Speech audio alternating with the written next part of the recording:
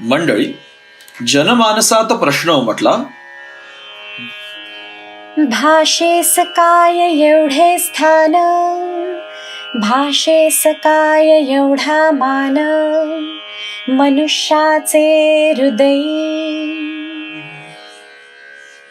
भाषा म्हणजे सर्जनाचा हुंकार, भाषा म्हणजे बुद्धीचा आविष्कार, मनुष्याचे हृदयी. भाषा हे संस्कृतीचे वस्त्र, भाषा देतसे शब्दांचे अस्त्र, मनुष्याचे हृदयी. भाषा हे भावनांचे वाहन, भाषा करी विचारांचे रोपण, मनुष्याचे हृदयी. भाषा दे जीवनास अर्थ, भाषेविण व्यवहार व्यर्थ, मनुष्याचे हृदयी. भाषा असे आमुचे प्रतीक, भाषेचे करा दूरदेशी कौतुक, मनुष्याचे हृदयी. भाषेची जोपासावी आवड, भाषेची नये हो परवड, मनुष्याचे हृदयी. भाषा सो अखंड अक्षय, आमुची माया भाषा सो अखंड अक्षय, मनुष्याचे हृदयी, मनुष्याचे हृदयी. अक्षय भाषा मराठी भाषा, अक्षय भाषा मराठी भाषा. जतन भाषेचे, रक्षण संस्कृतीचे, अक्षय भाषा मराठी भाषा, अक्षय भाषा मराठी भाषा. जिथून वाहत जाईल त्या पंचक्रोशीला समृद्ध करत जाणाऱ्या प्रवाही नदीप्रमाणे आहे स्त्री जीवन. ते कालानुरूप बदलत गेलं आहे, पुढेही बदलत जाईल. ते बदल तिच्या अस्तित्वापासून ते सामाजिक, सांस्कृतिक, वैयक्तिक, धार्मिक यशात, संघर्षातही होत गेले आहेत. पण मूळ नदीचा उगम तोच. बर्च सारख्या झाडांची खोलवर गेलेली मुळं दुसऱ्या झाडांचं पालनपोषण करतात. त्यांची एक भली मोठी साखळी जमिनीखाली दडलेली असते. तसंच आपल्या आधीच्या पिढ्यांमधल्या स्त्रियांचे संघर्ष, कर्तृत्व, यश आधुनिक स्त्रीच्या मुळाशी जोडलेलं आहे. एक अदृश्य साखळी सगळ्यांना नुसती बांधून ठेवते आहे असं नव्हे, तर ती पुढच्या पिढीचं संवर्धनही करते आहे. म्हणूनच आजच्या स्त्री जीवनाचा, तिच्या प्रश्नांचा, ती कशी बनते, घडते याविषयी बोलताना लक्ष्मीबाई, रमाबाई यांची नावं घेणं अगदी साहजिक आहे. स्त्री जीवनाचा पैस बराच मोठा. त्यातल्या काही मनोहारी व्यक्तिमत्वांचे पैलू सादर करण्याचा प्रयत्न म्हणजे हा स्त्रीचे व्यक्तिमत्व एक मनोहर पिसारा कार्यक्रम.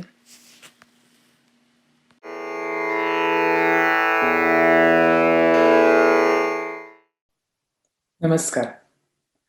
मी आज तुम्हाला पंडिता रमाबाई डोंगरे मेधावी यांच्याविषयी थोडे सांगणार आहे.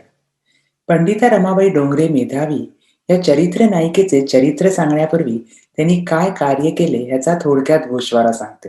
स्त्रियांना शिक्षण मिळालेच पाहिजे. त्यांच्या वडिलांनी त्यांच्या आईला व स्वतः रमाबाईंना संस्कृत व्याकरण व इतर ग्रंथ शिकवले. त्याकरिता बालविवाह थांबवले पाहिजेत, कारण लग्न झाल्यावर ती मुलगी शिक्षण घेऊ शकणार नाही. विधवांचे पुनर्विवाह होणे गरजेचे आहे.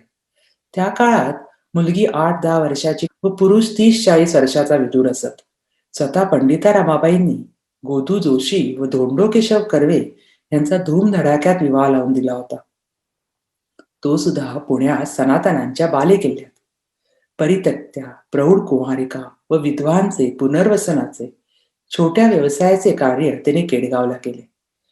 हिंदू समाजाला लागलेली कीड, भट्टभिक्षुकी, स्त्रियांवरील अत्याचार याला त्यांनी तोंड फोडले. आता अगदी थोडक्यात त्यांचे चरित्र सांगते. त्यांचा जन्म 1858 कर्नाटकात गंगामूळ या गावी झाला. 150 वर्षापूर्वी जी 200 घरे कोकण सोडून घाटावर आली त्यातील काही कर्नाटकात स्थिरावले. त्यातले डोंगरे हे कुटुंब.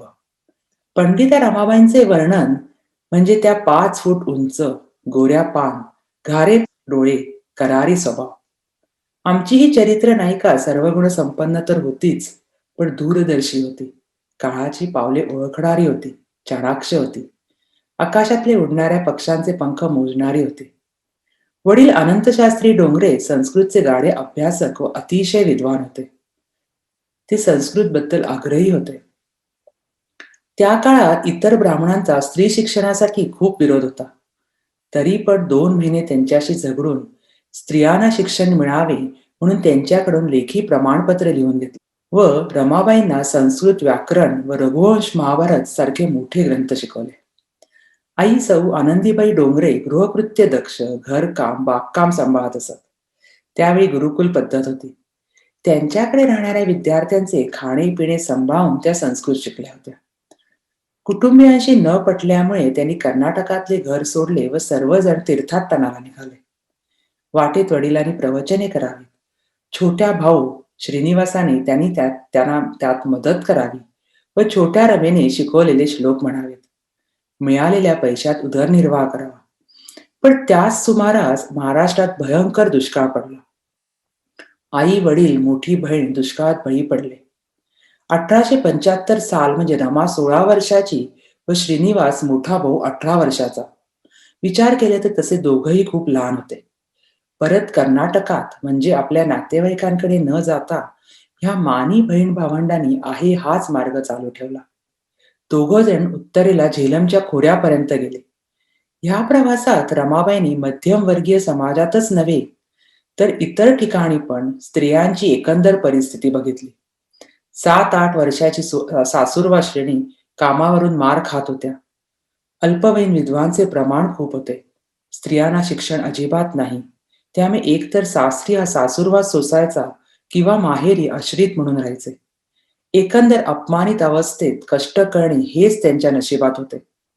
त्या तीर्थाच्या ठिकाणी जेव्हा जात असत तेव्हा तिथे सुद्धा भट्टभिक्षुकी यात्रेकरूंना खूप छळत. रमाबाईंना या लोकांकरिता काहीतरी करावे असे सारखे वाटत होते, पण त्यांना मार्ग दिसत नव्हता. त्या जेव्हा कलकत्त्यात पोचल्या तेव्हा त्या साधारण 20 वर्षाच्या होत्या. 1878 ला कलकत्त्यात नुकतीच ब्रह्मो समाजाची स्थापना झाली होती. ब्रह्मो समाज म्हणजे हिंदू समाजाची सुधारलेली आवृत्ती. जेव्हा रमाबाई तिथे पोचल्या तेव्हा त्या सुशिक्षित होत्या व संस्कृतमध्ये प्रवचने देत होत्या. यामुळे लोकांसाठी त्या आदर्श स्त्री झाल्या होत्या. लोकांनी पंडिता, सरस्वती या पदव्या रमाबाईंना दिल्या. 1880 ला श्रीनिवासाचा अल्पशा आजाराने मृत्यू झाला. त्यावेळी त्यांनी त्यांचा मित्र बिपिन बिहारी दास मेधावी या आसामी तरुणाशी रजिस्टर पद्धतीने विवाह केला. त्या काळी म्हणजे 100 ते 125 वर्षापूर्वी रजिस्टर पद्धतीने विवाह करणे हा खूप धाडसी निर्णय होता. मेधावी खालच्या जमातीचा होता. त्यामुळे ह्या लग्नाला लोकांचा विरोध होणार म्हणून त्यांनी त्या काळी रजिस्टर पद्धतीने विवाह केला होता. 1881 ला मनोरमेचा जन्म झाला. ती 10 महिन्याची असतानाच विपिनचा अल्पशा आजाराने मृत्यू झाला. तसे म्हटले तर स्वतः रमाबाई वयाच्या 23व्या वर्षी विधवा झाल्या होत्या. आता छोट्या रमेला घेऊन काय करावे असे मोठे प्रश्नचिन्ह त्यांच्या समोर होते. घरात त्या शिकवण्या घेत होत्या संस्कृतच्या, पण नुसते संस्कृतनी भागणार नाही हे त्यांना कळले होते. आपल्याला इंग्रजी पण यावे लागेल म्हणून त्यांनी इंग्रजीच्या शिकवण्या लावल्या. त्या स्वतः इंग्रजी शिकवत होत्या व त्याचबरोबर त्या इंग्रजी दुसऱ्या मुलांना मुलींना पण शिकवत होत्या.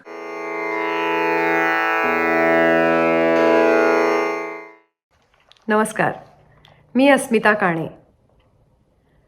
स्त्री, वुमन, नारी या संकल्पनेला अनंत पैलू आहेत.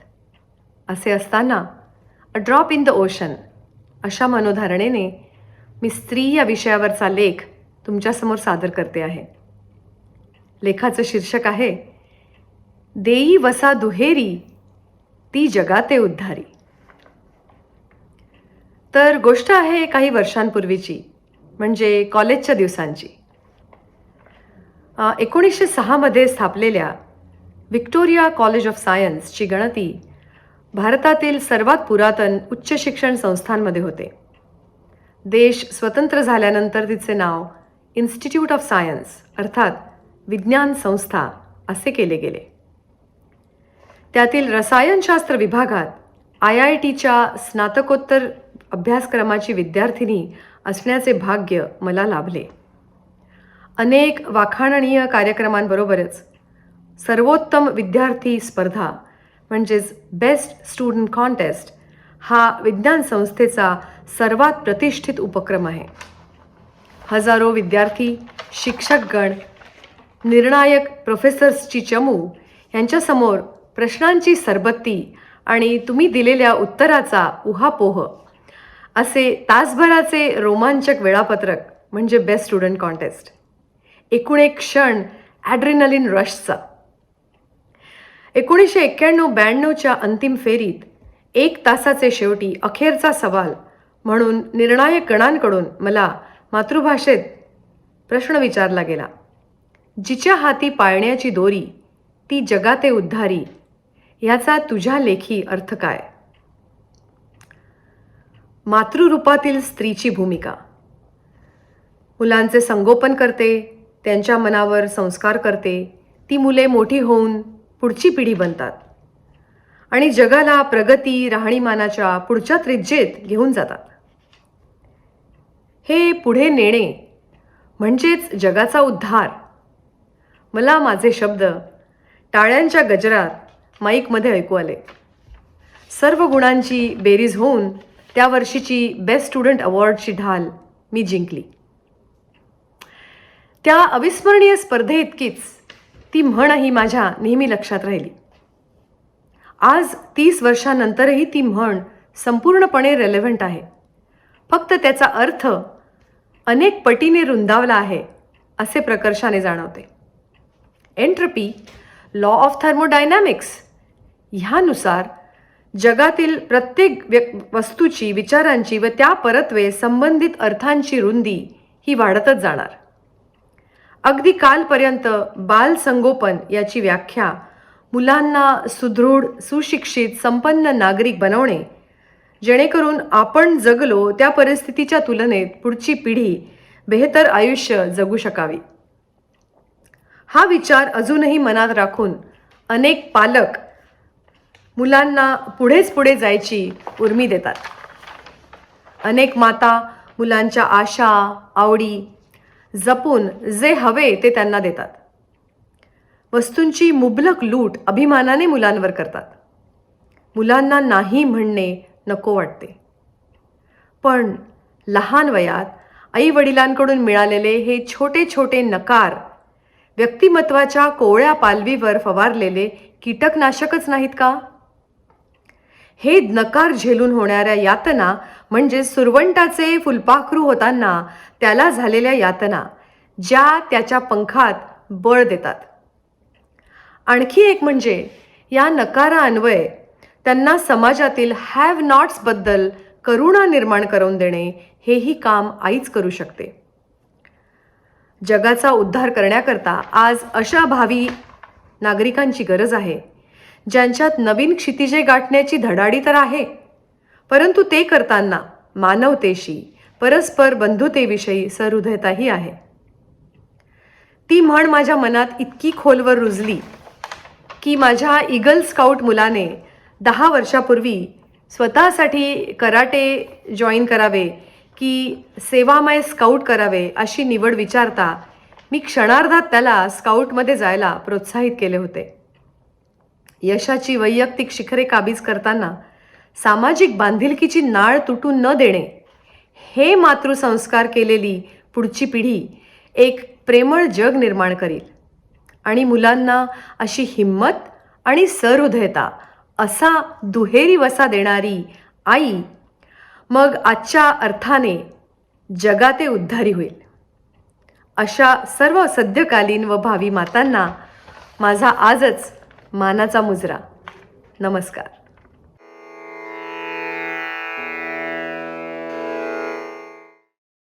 काही ओळख देत नसताना मी तुम्हाला लिहिलं आणि तितक्याच अधीरेपणानं तुम्ही मला साथ दिली. माझी तुम्हाला ओळख कशी करून द्यायची? मी कशी वाढले माझं मलाच ठाऊक नाही. आई विना आणि सदा कामात गर्क असणाऱ्या आप्पांच्या सान्निध्यात मी पहिल्यानं काय शिकले असेल तर स्वतःला विसरायला. नाव तुम्हाला कळलंय? कोणी म्हणतात साऊ. पण आप्पा एकदा म्हणाले, मुली तू खरोखर आनंद भाविनी आहेस. त्यांना हे असले शब्द सहज सुचायचे. तेव्हापासून मीही अशी तुम्हाला पहिल्यानं वाटलं तशी आनंद भाविनी आहे. तुम्ही लिहिलंत मन मोकळी. राजम्मानं लहानपणी मला एक गोष्ट सांगितली होती. एक म्हातारी आणि तिची एक छोटी नात लच्छी गावाबाहेर दूर रानापाशी राहत होती. एकदा म्हातारीच्या झोपडीपाशी एक मोर आला. मोराला पाहून लच्छी नाचू लागली. मोरही नाचू लागला. लच्छीनं हट्ट घेतला की मोराला अंगणातच बांधून ठेवावं. म्हातारी म्हणाली, ते कसं होणार? आपल्यापाशी त्याला खायला द्यायला दाणा गोटा कुठे आहे? दोघींचा काही निर्णय होईना. तेव्हा मोरच म्हणाला, मी जवळपासच राहीन. मला दाणागोटा काही नको. रान तर सारं भोवतालीच आहे. मात्र एका अटीवर, मी जेव्हा येईन तेव्हा लच्छीनं आधी नाचलं पाहिजे. लच्छी जेव्हा नाचायची थांबेल तेव्हापासून मीही येणार नाही. अट साधी होती. लच्छी लगेच कबूल झाली. पण नाचायचं म्हणजे साधी गोष्ट नव्हती. हुकमी नाचायचं म्हणजे मनही तसंच हवं. तेव्हापासून लच्छी सदा आनंदीच राहू लागली. मोर कधी केव्हा येईल याचा नेम नसे. पुढे पुढे तर मोर येऊन गेला की काय याचंही लच्छीला भान राहत नसे.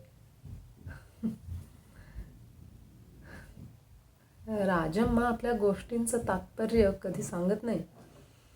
मला पुष्कळ वेळा असं वाटतं की ती त्या स्वतःच रचून सांगते म्हणून, आणि देते मात्र त्यांना बेमालूम आजीबाईंच्या गोष्टींचं रूप. मी म्हटलं, मोर हवा तर आपणच मोर व्हायचं. जे जे हवं ते ते सारं आपणच व्हायचं. बर, इथून निघायला मला अजून बराच अवधी आहे. तुमच्याकडे येईन अशीच एकदा, न सांगता.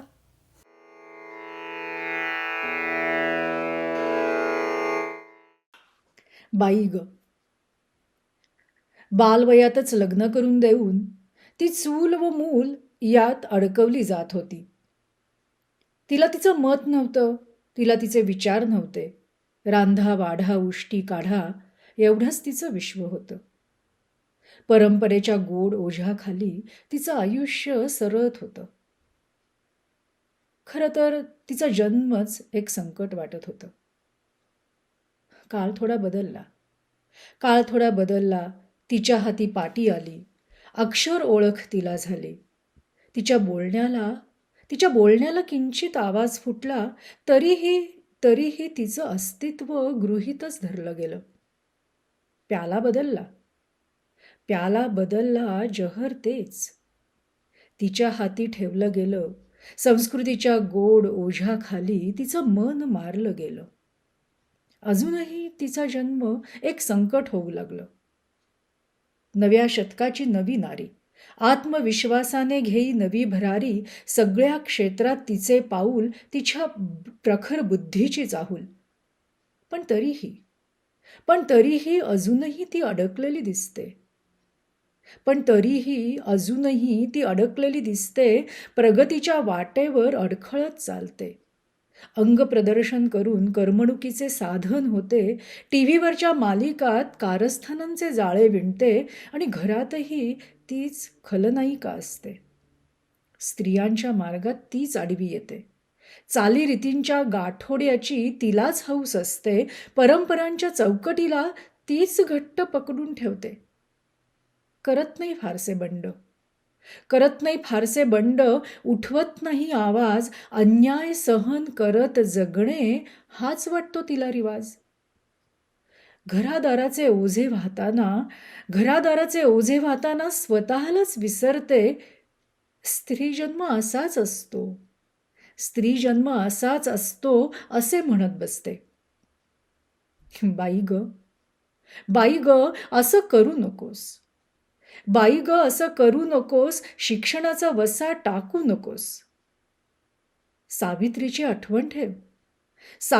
आठवण ठेव, भक्तीला पावतील सगळे देव. प्रत्येक स्त्रीचा हात हाती घे, एकीचं बळ दाखवून दे. स्त्री शक्तीची येऊन जाण, समानतेला खेचून आण. विचारांनी शहाणी हो, गरजवंतांची आई हो. तू बाई आहेसच, पण आधी एक माणूस आहेस. निसर्गाच्या निर्मितीचं सुंदर आदी रूप आहेस. निसर्गाची पूजा कर, विज्ञानाचा हात धर. माणुसकीचे व्रत घेऊन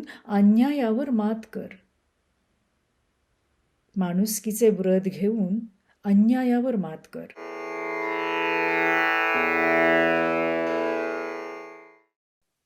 त्यावेळी पुण्याहून स्त्री शिक्षण व स्त्री सुधारणा यावर भाषणे देण्याकरता न्यायमूर्ती रानडे, न्यायमूर्ती तेलंग व भांडारकर यांनी त्यांना बोलावून घेतले. 1882 प्रथमच त्या पुण्यामध्ये पोचल्या. पुण्यात त्यांनी स्त्री शिक्षण आणि स्त्री सुधारणा यावर खूप भाषणे दिली. आर्य महिला समाजाची स्थापना केली. समाजाचे मुख्य कारण ज्या स्त्रियांवर अन्याय झाला आहे, उदाहरण बालविवाह, बालविधवा यांना मदत करणे हाच मुख्य हेतू होता. परंतु खरे म्हटले तर त्यांना लहानपणापासून डॉक्टर व्हायचे होते. पुण्यात त्या पंचहौद मिशनच्या इथे नर्सना मराठी शिकवायला जात. त्याबद्दल नर्स त्यांना ड्रेसिंग शिकवायच्या. त्यांचे संवाद चालत. त्या नर्सनी त्यांना सुचवले की तुम्ही इंग्लंडला का नाही जात? इंग्लंडवरून ज्या नर्स इथे येणार आहेत भारतात, त्यांना तुम्ही मराठी शिकवा व त्याबद्दल ते तुम्हाला मेडिकलचे शिक्षण देतील. ही कल्पना रमाबाईंना खूप आवडली व त्यांनी इंग्लंडला जायची तयारी सुरू केली. त्या अतिशय स्वाभिमानी व करारी व्यक्तिमत्वाच्या होत्या. इंग्लंडला जायचा सर्व खर्च त्यांनी स्वतःहून केला. त्यासाठी त्यांनी 2 पुस्तके लिहिली, माझा इंग्लंडचा प्रवास आणि स्त्री धर्मनीती. या पुस्तकांच्या विक्रीतून त्यांनी आपला व आपल्या छोट्या रमेचा खर्च सोडविला. ह्या प्रवासाच्या योगाने आणि एकंदरच पूर्वीपासून त्यांना हिंदू धर्मात असलेल्या अंधश्रद्धा कधीच पटल्या नाहीत. त्यामुळे इंग्लंडला गेल्यावर पहिले 6 महिने इंग्रजी भाषा शिकली व नंतर त्यांनी व छोट्या रमेने ख्रिश्चन धर्माचा स्वीकार केला. तिथे सुद्धा पोथी, बायबल व क्रॉस घालायचे बंधन होते. त्यातील पंत उपंत त्यांना कधीच पसंत नव्हते. लहानपणापासून सोसलेल्या शारीरिक कष्टामुळे, झेलमच्या खोऱ्यातील अतिशय थंड पाण्यामुळे केलेली आंघोळ, थंडीपासून पुरेसे संरक्षण नसल्यामुळे या सगळ्याचा परिणाम म्हणजे त्यांना कानाने कमी ऐकू येऊ लागले. त्यामुळे मेडिकलचे शिक्षण पुढे चालू ठेवणे त्यांना कठीण जाऊ लागले. परत हिंदुस्थानात येण्याचा विचार आता सुरू झाला होता. त्याच सुमारास 1886 साली त्यांना अमेरिकेतून बोलावणे आले. डॉक्टर आनंदीबाई जोशी यांचा डॉक्टरचा पदवीदान समारंभ होता. त्यांनी 1886 छोट्या रमेसह अमेरिका गाठली. माझी ही नायिका वयाच्या 28व्या वर्षी पुरुषाशिवाय त्रिखंड हिंडली होती. अमेरिकेत पदवीदान समारंभाच्या वेळी त्यांनी आपल्या देशातील उच्चवर्णीय हिंदू स्त्रीची दयनीय अवस्था याचे वर्णन केले व मला त्याकरिता कार्य करायचे आहे असे सांगितले. त्यांना या कार्यासाठी लोकांनी भरभरून पैसे दिले. त्यावेळी त्यांना अमेरिकेत झंझावती व्याख्याने दिली. छोट्या रमेला अमेरिकेत आता त्रास होऊ लागला होता. म्हणून त्यांनी परत इंग्लंडला जाणाऱ्या बोटीने बोटीवरच्या एका सेविकामार्फत तिला इंग्लंडला पाठवून दिले. त्यांनी केलेल्या व्याख्यानामुळे त्यांना खूप पैसे मिळाले. त्या पैशांनी त्यांनी रमाबाई ट्रस्टची स्थापना केली. अमेरिकन मिशनने पण त्यांना खूप मदत केली. तिथे त्यांनी स्त्रियांचे ट्रेनिंग कॉलेजचा कोर्स केला. बाल शिक्षणाची प्रोबेल नवीन डिग्री घेतली व मुलांकरिता पुस्तके, खेळणी, उपकरणे घेऊन आता त्यांनी अमेरिका सोडली. आता त्यांनी मुंबई गाठली. तिथे त्यांनी मुलींकरता शाळा सुरू केली. शारदा गद्रे ही त्यांची पहिली विद्यार्थिनी. म्हणूनच तिचे नाव शाळेला दिले, शारदा सदन. पुण्यातले धोंडो केशव कर्वे विदुर होते व पंडिता रमाबाईंच्या शिष्या गोदू जोशी विधवा होत्या. कर्व्यांची पहिली बायको गेल्यावर गोदूशी दुसरा विवाहाकरिता विचारणा केली. प्रथम त्या नाही म्हणाल्या, कारण स्वतः कर्वे खूप बारीक होते. त्यामुळे परत वैधव्य आल्यास काय करावे. परंतु पंडिता रमाबाईंनी त्यांना दुसऱ्या विवाहासाठी तयार केले. त्यांना 5,000 रुपयाचा विवाह उतरवण्यास सांगितला व तो गोदूच्या नावे करण्यास सांगितले. पुण्यात सनातन मंडळींच्या बालेकिल्ल्यात हा विदुर विधवा विवाह अगदी धूमधडाक्यात साजरा केला गेला. विधवा प्रौढ कुमारिका विवाह प्रथा सुरू केली गेली. शारदा सदनमध्ये प्रौढ कुमारिका परित्यक्त्या विधवा होत्या. त्यांना शिक्षण देऊन घरगुती उद्योग सुरू करून स्वतःचे पोट भरतील इतके सक्षम केले होते. न्यायमूर्ती रानडे, न्यायमूर्ती तेलंग, भांडारकर, आगरकर हे सर्वजण त्यांना ह्यात आधार देत होते. परंतु ह्या सदनातील 2 मुलींनी जेव्हा ख्रिश्चन धर्माचा स्वीकार केला त्यावेळेला न्यायमूर्ती रानडे व भांडारकर त्यांच्या विरोधात गेले. 1893ला शारदा सदन बंद पडायची वेळ आली व 1894ला ती बंद पण झाली. पण मधल्या वेळेत पुण्यात प्लेगने धुमाकूळ घातला. शारदा सदनच्या सर्व मुलींच्या पालकांनी सदनमधून आपल्या मुलींची नावं काढून घेतली. आता फक्त परित्यक्त्या व विधवा शाळेत राहिल्या. त्यांच्या मदतीने प्लेगच्या रोग्यांवर उपचार केले गेले.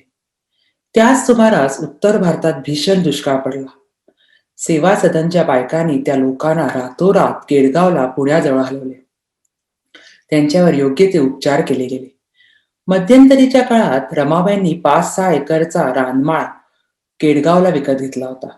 त्यामुळे त्या सर्व लोकांना त्या माळावर हलवले गेले होते. दुष्काळातील मंडळी चांगली झाल्यावर केडगावलाच त्यांनी विहिरी खणल्या व त्या विहिरीतून निघालेले डबर घेऊन छोट्या छोट्या इमारती बांधल्या. स्वयंपाकाची खोली, जेवणाची खोली, बसण्याची खोली, छापखाना, नंतर एक प्रार्थना घर पण बांधले, जिथे कोणत्याही देवाची मूर्ती नव्हती. फक्त तिथे जा आणि प्रार्थना करा, मनाची शांतता मिळवा. ह्या केडगावच्या संस्थेत आजूबाजूच्या जागेवर लोक भाजीपाला करत, त्यामुळे संस्था स्वयंसिद्ध झाली. पैशाचे व्यवहार स्वतः रमाबाई बघत, त्यामुळे ते चोख होते. इथे स्वागत पेयाऐवजी द्राक्षाचे सरबत द्यायचे. द्राक्षाचे सरबत म्हणजे दारू नव्हे.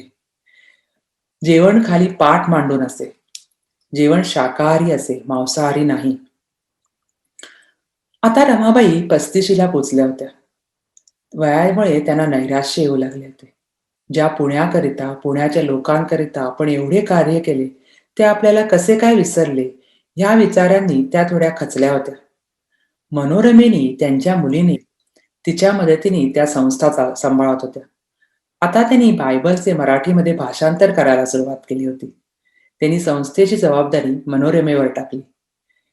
हिब्रू मराठी शब्दकोश तयार केला. बायबलच्या शेवटच्या भागाचे भाषांतर केले, प्रूफे तपासली आणि छापखान्यात छापायला टाकली. रात्री आंघोळ केली, येशूची प्रार्थना केली व त्या झोपल्या. त्या परत नाही उठल्या.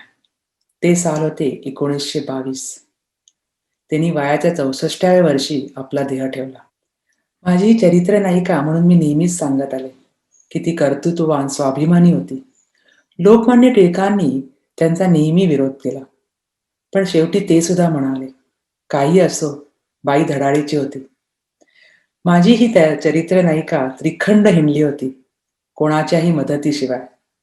अशा या पंडिता रमाबाईंना माझे त्रिवार प्रणाम. आज पंडिता रमाबाईंबद्दल सांगितले हे सर्व 1850च्या सुमारासचे आहेत. ह्यातून आपण एक महत्वाची गोष्ट समजून शकतो की रमाबाईंनी अनेक संकटांना धैर्याने व खंबीरपणे तोंड दिले. त्या स्वाभिमानी होत्या हे तर त्यांनी जेव्हा स्वतःचा व आपल्या बाळाचा खर्च, इंग्लंडला जायचा खर्च स्वतः केला, ह्यातच सिद्ध झाले होते. त्यांनी विधवा ह्यांच्यासाठी वेगवेगळ्या प्रकारचे त्यांना शिक्षण देऊन सक्षम केले गेले होते. हे सगळे सांगायचे कारण की आपल्या आयुष्यात किती पण अडथळे आले तरी आपण कधीही हारायचे नाही.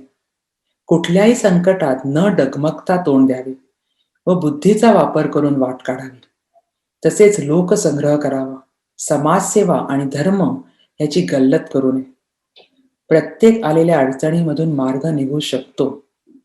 आपण पॉझिटिव्हली तो प्रश्न किंवा ती अडचण सोडवण्याचा प्रयत्न करावा. ही चरित्र नुसती ऐकून सोडून देण्यासाठी नाहीत, तर यातून आपण काहीतरी चांगले विचार घेणे जरुरीचे आहे.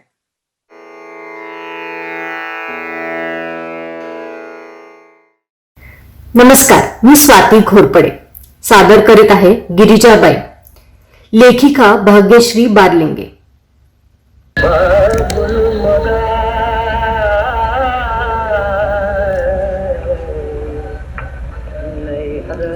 रेडिओ सिलोनवर सैगलचं गाणं लागले. म्हणजे सकाळचे 8 वाजलेत तेव्हा बाबुल मोरा दाढी करत असायचा.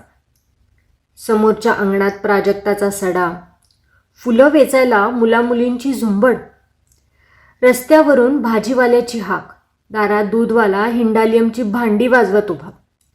मी वर्ष 5 या कोलाहलात एकटीच समोरच्या खोलीत बसलेली.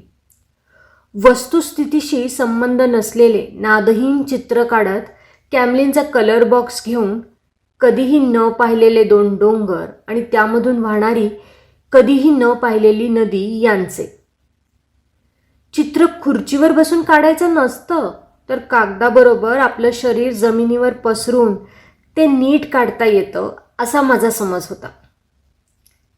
त्यामुळे मला घरात येणारी पावलंच चांगली माहिती. दूधवाल्या भैयाच्या पायातलं कडं, भाजीवालीच्या पायातली जोडवी, स्वयंपाकीण बाईंच्या धुळकट प्लॅस्टिकच्या चपला. पण सगळ्यात लक्षात राहिलेले पाय सैगलचं गाणं संपत नाही तर यायचे. भेगाळलेले पाय, त्याबरोबर गुणगुणणं. ते पाय होते आमच्या धुणे भांडेवाल्या मोलकर्णीचे, गिरिजाबाईंचे. कधीही न पाहिलेल्या 2 डोंगरांचे पुढे 2 देश झाले, भारत आणि अमेरिका नावाचे. आणि मधून वाहणाऱ्या नदीचा झाला अस्वस्थ समुद्र. कॅमलिनच्या कलर बॉक्सऐवजी हळदी कुंकवाच्या डब्या आल्या. मला आता लोकांचे चेहरे चांगले दिसायचे आणि पाय पण. माझ्या समोरचे पाय टेनिस शूजमध्ये झाकलेले होते. जीन्सची पॅन्ट आणि हातात कारच्या किल्ल्या. माझी नजर तिच्या दातांवर आणि ओठांवर जरा जास्तच खिळली की काय अशी शंका येऊन ती लगेच म्हणाली, I am an ex smoker, you can see my references.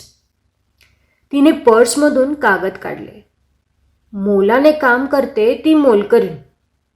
तिनं हीन दीनच असावी अशी माझी तरी का अपेक्षा? मी पण मोल घेऊनच नोकरी करत नाही काय? अमेरिकेतल्या मोलकर्णीचा बायोडेटा समोर. नाव, गाव, पत्ता, घरी कुत्री किती, मुलं किती. मुलं असलेल्या स्त्रीला नवरा असावाच आणि तो तिच्याबरोबर त्या घरातच राहत असावा अशी अट्टी पाळणारा तो बायोडेटा नव्हता. माझ्या समोर बसलेली बाई अमेरिकेच्या सिनेटसाठी किंवा अध्यक्षपदासाठी उभी नसल्यामुळे त्या गोष्टी मी पण महत्त्वाच्या मानल्या नाही. गिरिजाबाईंचे आडनाव मला अजूनही माहिती नाही. त्या गावात कुठे राहत असत ते पण ठाऊक नाही. कधीकधी त्या सैगलचं गाणं संपल्यावर बऱ्याच वेळाने का यायच्या आणि विविध भारती लागण्याच्या आधी का निघून जायच्या याचं कारण म्हणजे त्यांची 2 मुलं. हे फार उशिरा कळलं. बाबा गावाला गेले असताना सोबत म्हणून आईंनी त्यांना झोपायला बोलवलं. तेव्हा दिवे गेलेले. मेणबत्तीच्या प्रकाशात त्यांचा चेहरा सर्वप्रथम पाहिला. कुंकूनं लावलेले कपाळ, रापलेला सुरकुतलेला चेहरा, सुबक नाक व जीवनी शांत डोळे. स्थिर ज्योतीच्या भोवती जी आभा असते त्याची आठवण करून देणारे. जुनं नऊवारी लुगडं आणि हातात काचेच्या बांगड्या. त्यांची मुलं तेव्हा कुठे होती? त्यांच्या सोबतीला कोण होतं? असे प्रश्न तेव्हा मला पडायचे नाहीत. आणि जेव्हा पडायला लागले तेव्हा 2 डोंगरांमधून सूर्य बराच वर आला होता. माझी अमेरिकन मोलकरीण म्हणाली की तिचे लाईफ फार स्ट्रेसफुल आहे, त्यामुळे तिला सायकॅट्रिस्टकडे जावं लागतं आणि ती एन्झायटीसाठी प्रिस्क्रिप्शन ड्रग्स घेते. गिरिजाबाई शांतपणे मेणबत्तीकडे पाहत गुणगुणत होत्या. दिवे गेले म्हणून मी आणि आई काहीशी अस्वस्थ होतो. आम्हाला पण गिरिजाबाईंसारखं गाणं गुणगुणता आलं असतं तर गेलेल्या दिव्यांनी बेचैनी उत्पन्न नसती केली. रीडर डायजेस्ट, स्त्री मासिक सगळंच बाजूला राहिलं. त्यामुळे आम्ही गिरिजाबाईंशी बोलू लागलो.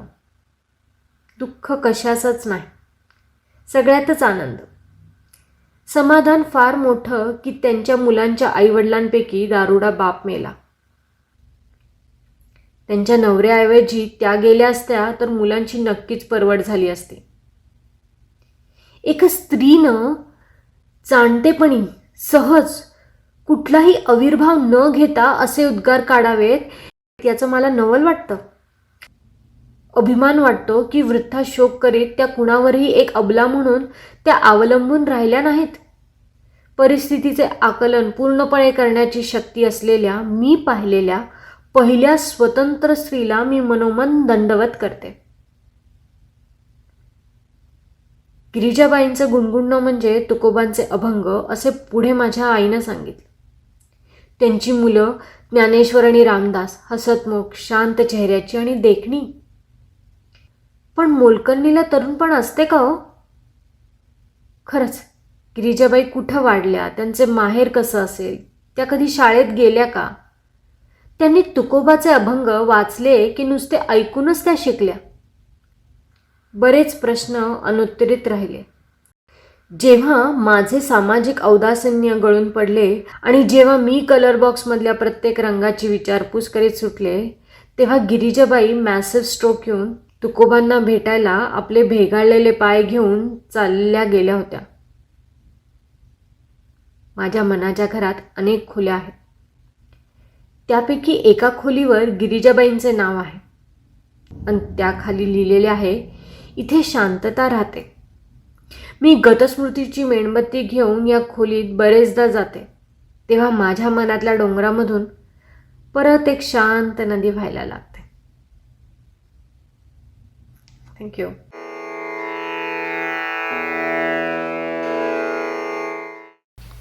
हल्ली एक साडी माझ्या स्वप्नात सतत येते. ही साडी काही दुकानातली झुळझुळीत शोभेसाठी टांगलेली नव्हे, तर जाडी भरड काठापदराची, काहीशी विटलेली. जवळ जाऊन निरखून पाहिल्यावर दिसतं की ही आहे नऊवारी साडी. कुणीतरी ती नेसली आहे, पण कुणी?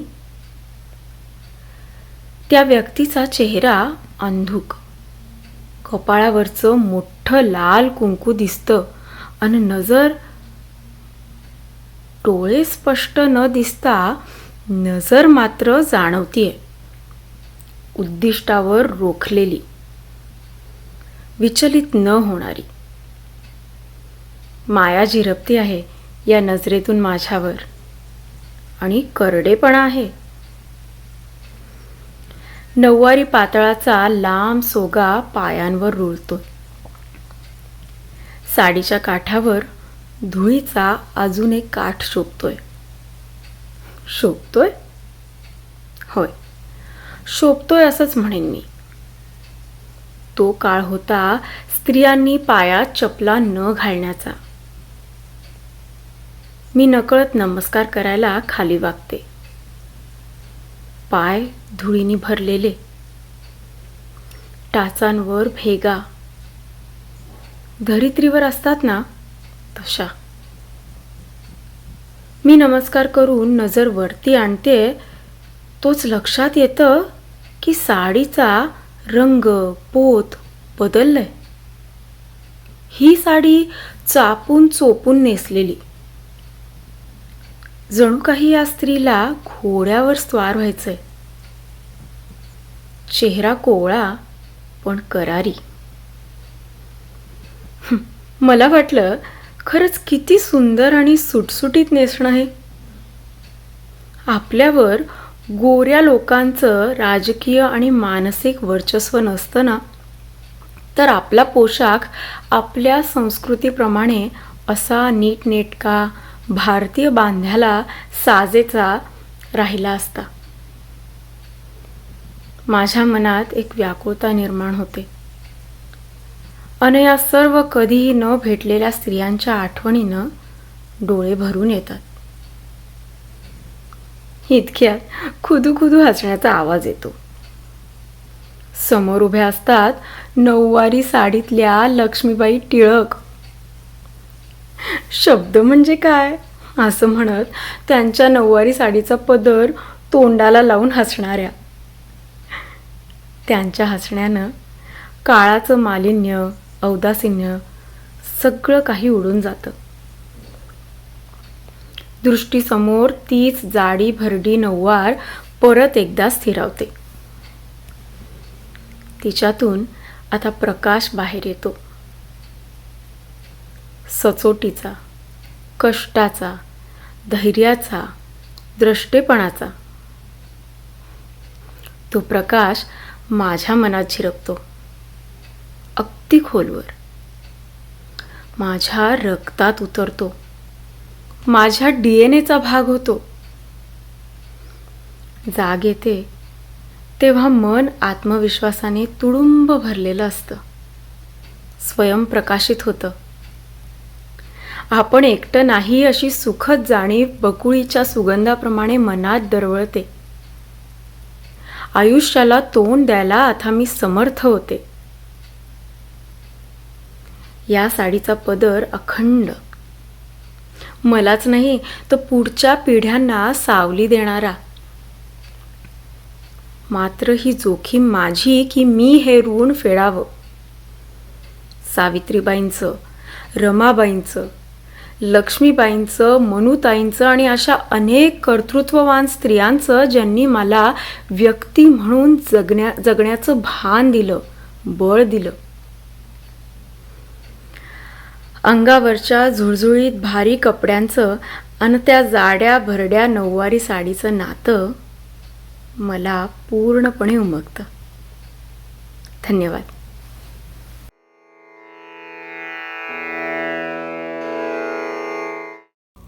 एकसारखी नसती दोन. लेखिका विद्युलेखा अकलूजकर. Oh, why can't a woman be like a man? असा एक गमतीदार प्रश्न जॉर्ज बर्नार्ड शॉच्या नाटकातला हेत्री हिगिन्स हैराण होऊन विचारतो. 4-5 कडव्याचे ते गाणे बरेच गाजले होते. 20व्या शतकात कित्येक लोकांना तो प्रश्न ऐकून खरेच मनात यायचे की का नाही बरं बायका जरा पुरुषांसारख्या, म्हणजे सरळ, साध्या, चांगल्या, शहाण्यासुरत्या वागत. पण तो प्रश्न जरी प्रेक्षकात तात्पुरते हास्य निर्माण करणारा असला तरी उत्तर मिळवणारा मुळीच नाही. कारण बाई आणि पुरुष यांच्यातला फरक आदिम आहे, अपरिहार्य आहे आणि अपेक्षितही आहे. नुसत्या बायका पुरुषासारख्या नसतात इतकेच नाही, तर एक बाई देखील दुसरीच्या सारखी कधी नसतेच. मुळे बाई कशी असते हे सांगणे जरा कठीण असेल, तरी ती बाई म्हणून दीनदुबळी, अबला किंवा निर्बुद्ध कशी नसते हे तरी आता जगाला पुष्कळसे कळायला लागले आहे. आणि एक स्त्री काय काय करू शकते याची माहिती देखील सोशल मीडियामुळे जगभरच्या लोकांना भरपूर मिळू लागली आहे. मार्च महिन्यात येणाऱ्या जागतिक स्त्री दिनाच्या संदर्भात तर स्त्रियांच्या सक्षमतेची आणि स्त्री शक्तीची इतकी उदाहरणे जागोजाग दिसू लागली आहेत की पाहू तिथे स्त्री शक्तीची ध्वजा तुम्हाला फडकताना दिसेल. पण राजकारणातील सत्ताधाऱ्यांपेक्षाही ज्या स्त्रिया चिरकाळ टिकणाऱ्या सामाजिक सुधारणा करून दाखवतात, त्यांचे मोल मला नेहमीच अधिक वाटत आले आहे. त्यांचा प्रभाव समाज मनावर अधिक काळ टिकतो आणि त्यांचे ऋणही फार महत्त्वाचे असते. उदाहरणार्थ, भारतातील पहिली स्त्री वृक्षतज्ञ जानकी अम्मल हिची नेत्रदीपक कामगिरी. या केरळ कन्यका जानकी अम्मलने इंग्रजी राजवटीत परदेशात शिकायला जाऊन अमेरिकेतून युनिव्हर्सिटी ऑफ मिशिगनमधून प्लांट सायन्समधील PhDची डिग्री 1931 साली मिळवली. त्यानंतर 1940मध्ये इंग्लंडमध्ये ती नोकरीसाठी गेली. तिथे प्रथम तिने सिरिल डिन डार्लिंग्टन या शास्त्रज्ञासह काम करून chromosome atlas of cultivated plants हा अजूनही उपयुक्त असा ग्रंथ प्रकाशित केला.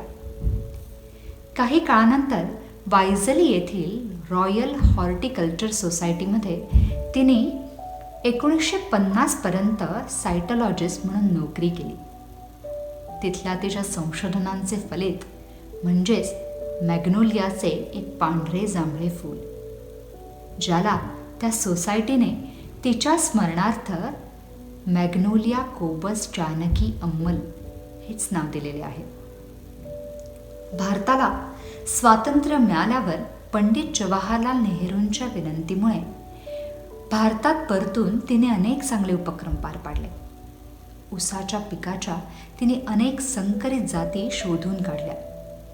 तिच्या आयुष्याच्या संध्याकाळात तिने भारतातील नैसर्गिक वनसंपत्ती टिकवण्यासाठी भरपूर प्रयत्न जारी ठेवले आणि तिने ठाम भूमिका घेतल्यामुळेच केरळातील सायलंट व्हॅली नॅशनल पार्क हे अभयारण्य आज अनेक दुर्मिळ फुलझाडे आणि इतर वनशोभा जोपासत सुरक्षित राहिलेले आहे. नाहीतर 1970 साली ते पाण्याखाली घालण्याचा तेव्हाचा सरकारचा प्रकल्प जर पुढे गेला असता तर ते सगळे वनवैभव तिथेच नष्ट झाले असते. परंतु तिच्या सकट अनेकांच्या सक्रिय विरोधामुळे 1984 साली सरकारने तो प्रकल्प सोडून दिला आणि जानकी अम्मलच्या चळवळीला यश मिळाले. पण ती ते बघायला तेव्हा जिवंत नव्हती. तरी तिचे भारतभूमीवरचे आणि वनवैभवावरचे उपकार विसरता येत नाहीत. या जानकी अम्मलचा हिरवा वारसा जणू पुढे चालवणारी सध्याची वृक्षमाता म्हणजेच 2019 सालातील भारताची पद्मश्री विभूषिता सालुमरद तिम्मक्का. मला या दोन्ही आदरणीय महिलांची कामे पाहताना गदिमांचे शब्द आठवतात. या वस्त्राते विणतो कोण, एकसारखी नसती दोन. कारण जरी या दोन्ही भारतीय महिला वृक्ष संपत्तीच्या पालन पोषणाशी निगडीत असल्या तरी त्यांच्यातले साम्य तिथेच संपते. प्रत्यक्षात त्या एकमेकींपेक्षा फारच वेगळ्या वातावरणात, वेगळ्या घरात वाढल्या आणि जगल्या. वृक्ष संशोधक जानकी अम्मल अत्यंत पुढारलेल्या, संपन्न आणि विद्याविभूषित आईवडिलांच्या घरात 19व्या शतकाखेरीस जन्माला आली. 19 मुलांमधील 10वी ती होती. वडील जज होते. घरात बाग होती आणि वडिलांनी उत्तर मलबार भागातील पक्ष्यांबद्दल 2 पुस्तकेही लिहिली होती. अशा कुटुंबातील जानकी अम्मलने बाकीच्या बहिणींप्रमाणे लग्न वगैरे न करता भरपूर शिकण्याचा, परदेशी शिक्षणासाठी जाण्याचा मार्ग निवडला आणि हिमतीने शिक्षण, संशोधन आणि स्वदेशातही सगळ्यांचे उद्बोधन करीत तो पार पाडला. या उलट तिम्मक्का हातावरचे पोट असलेल्या अशिक्षित गरीब कामगार आईबाबांच्या पोटी 20व्या शतकातच पण कर्नाटकात जन्मली. शालेय शिक्षणाचा लाभ तिला झालाच नाही. दगडफोडीचे काम करीतच ती वाढली. स्वतःच इतर अनेक कामे शिकली. आपल्याच सारख्या गरीब अशिक्षित चिक्कयाशी घरच्यांनी लग्नगाठ घालून दिल्यावर सुखाचा संसार करू लागली. लग्नानंतर 20-25 वर्षे झाली तरी मूलबाळ होईना. तेव्हा वांसपणाच्या शिक्क्यामुळे आणि समाजातील कुटाळकी आणि निंदा यामुळे हैराण झाली. तरी शहाणा आणि पाठीसारखा नवरा मिळाल्यामुळे त्या दोघांनी ठरवले की आपण वडाची झाडे लावूया आणि त्यांनाच आपली बाळे समजून जोपासूया. एकेका वडाला कलम करून रोपटी तयार करायची आणि तसे एक नवीन रोपटे रस्त्याच्या कडेला पावसाळ्याआधी लावून पावसाच्या पाण्यावर ते नीट वाढवायचे. असे तिने आणि त्याने अनेक वर्षे मनापासून केले. त्यांनी 4-5 बादल्या पाणी हाताने नेऊन त्या रोपट्यांना अनेकदा घातले देखील. पहिल्या वर्षी 10 रोपट्यांपासून सुरुवात करून दुसऱ्या वर्षी 15, तिसऱ्या वर्षी 20 असे करता करता त्यांनी हुलिकल ते कडूर या 5 किलोमीटर्सच्या पट्ट्यात हमरस्त्याच्या दोन्ही बाजूला 384 असे वटवृक्ष लावून जोपासून वाढवलेले आहेत.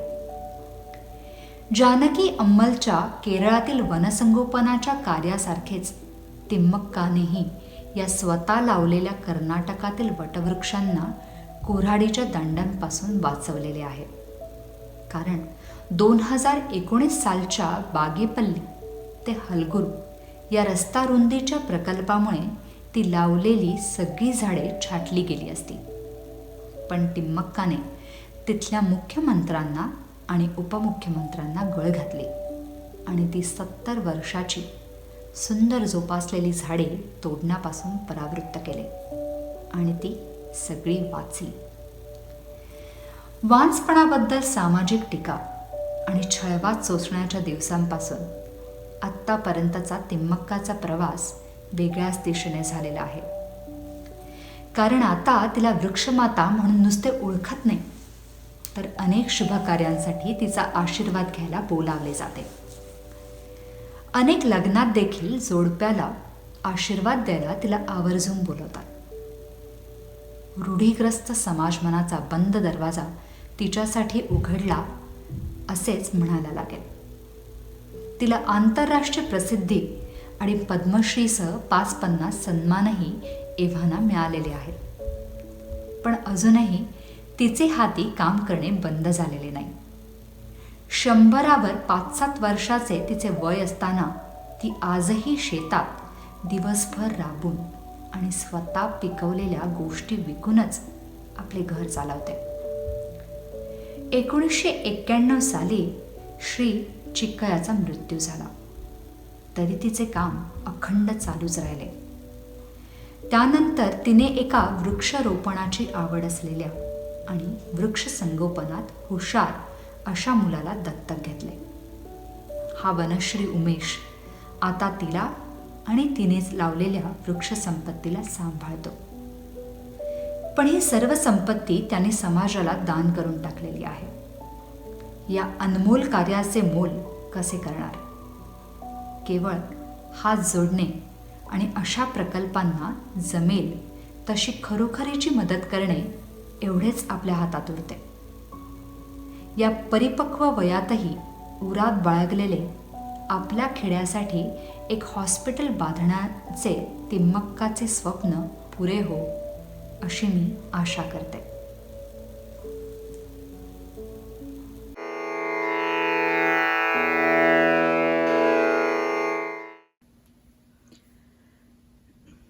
अदृश्य आक्रोशी लाटा तिच्यावर आदळत होत्या.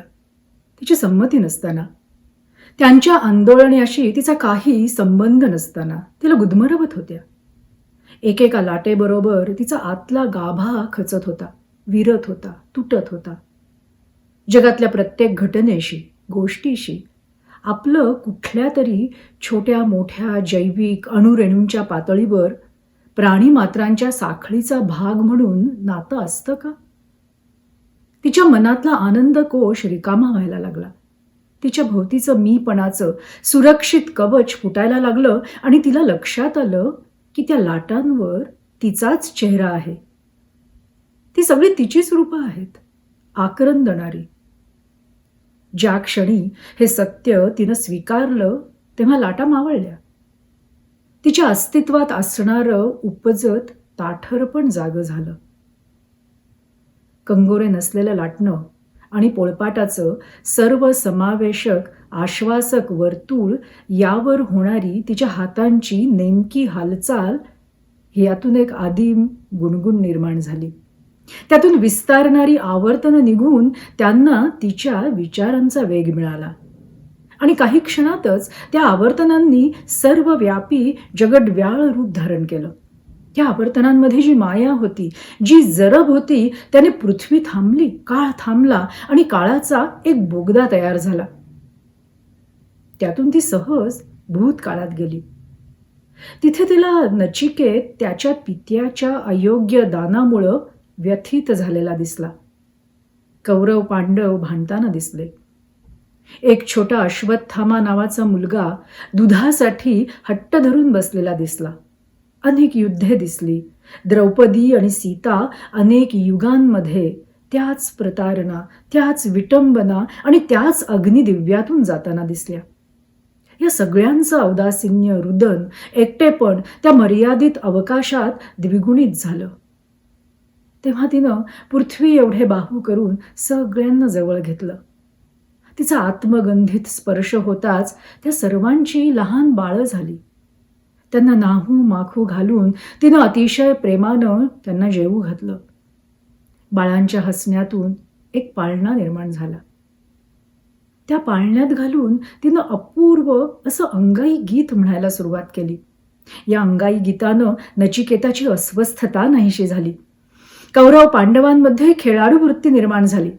अश्वत्थाम्याची जखम भरून निघाली आणि द्रौपदी आणि सीतेला त्यांच्या मुक्त सुंदर कुंतलांसारखं त्यांचं आयुष्यही मुक्त आणि सुंदर झालं. पण तिच्या गीताची शुभ वलय आक्रसू लागली, कारण तिचं लक्ष पाळण्याच्या ताठर होणाऱ्या दोरीकडे गेलं. पुरुषी ताठरपणा. तिनं प्रयासानं, निकरानं, अट्टहासानं ती दोरी सोडवली आणि फेकून दिली. त्या दोरीचा साप होऊन तो नाखुशीनं सरपटत बगीच्यात जाऊ लागला. पाळण्यातली बाळं पळापळानं मोठी होत गेली. पाळण्याची गती कमी झाल्यामुळं त्यांचं औदासिन्य, रडणं, अतृप्ती वाढत होती, गगनभेदी होत होती. त्या कोलाहलात तिला काळाच्या बोगद्यातून पुढचं काहीच दिसेना. यमानं नचिकेताचा हात धरला होता. कुरुक्षेत्रावर धनुष्याचे टनटकार ऐकू येऊ लागले. द्रौपदी आणि सीता काळाच्या धरणीत गडप होण्याचा प्रयत्न करू लागल्या. नर आणि मादी एवढेच संबंध उरले. तिने जीवाच्या आकांतानं अंगाई गीतांची दोरी करून पाळण्याला झोका दिला. या औदासिन्यावर उपाय काय? हे रडणं कसं थांबवायचं? प्रत्येक बाळाला तृप्त कसं करायचं? तिनं मग कुठल्याही धर्मग्रंथात नसणाऱ्या मंत्राचा जागर सुरू केला. असे मंत्र जे फक्त आईला तिच्या मुलांसाठीच माहिती असतात. त्या मंत्रांचा पाऊस पडायला लागला. या पावसानं सर्व रक्तपात धुतले गेले. सर्व बाळं शांतपणे झोपी गेली. मग तिनं ते शुभ असं जल घेऊन निर्भया आणि प्रियांका, द्रौपदी आणि सीता यांच्या वेदनातून एक औषधी द्रव्य निर्माण केलं. ते म्हणजे स्त्रीच्या डोळ्यातील अश्रू. पण ते म्हणजे आळवावरचं पाणी नव्हतं की वळवाचा पाऊस नव्हता. ते अगतिकतेचे द्योतक नव्हते की याचनेचे पसरलेले हात नव्हते. ते अश्रू म्हणजे बालतरूचे संगोपन करण्यासाठी घालण्याचे सत्वयुक्त पाणी होते. तिनं त्यात निश्चयाचे, नियमांचे, माणुसकीचे काजळ मिसळले, जे स्त्रियांनी तिच्या अंगाई गीतातून अंगीकारले. या काजळाची तीट वाढत्या मुलांना लावली गेली आणि औदासिन्याच्या रोगाचा जगातून नायनाट झाला. तिला काळाच्या बोगद्यातून भविष्य आता स्पष्ट दिसू लागले. सर्व आवर्तनं आकुंचन पावत पोळपाटाच्या वर्तुळात सामावून गेली. मुलाला डबा देताना तिनं त्याच्या गालाला हात लावला. लहानपणी तीट लावायचे तसा. त्या स्पर्शात त्याला आजीव माणुसकीनं ओतप्रोत भरलेलं चैतन्य मिळावं असा आशीर्वाद होता. उदासीनता आणि त्यातून निर्माण होणारं क्रौर्य यापासून सुरक्षित ठेवणारं कवच निर्माण करणारी लस होती. नर मादीच्या पलीकडे असणाऱ्या समृद्ध परिसराची जाणीव करून देणारा दृष्टिकोन होता. इतक्या वेळ उपेक्षित असलेलं सापाचं शेपूट बगीच्यातून डोकावत होतंच. तिनं मिस्किलपणे त्याला जवळ घेऊन कमरेला बांधलं आणि कंगोरे नसलेल्या लाटण्यानं पोळपाटाच्या आश्वासक वर्तुळावर ती नेमक्या हालचालीनं आदिम गुणगुणणे निर्माण करू लागली. अक्षय भाषा मराठी भाषा, अक्षय भाषा मराठी भाषा, जतन भाषेचे रक्षण संस्कृतीचे. अक्षय भाषा मराठी भाषा, अक्षय भाषा मराठी भाषा.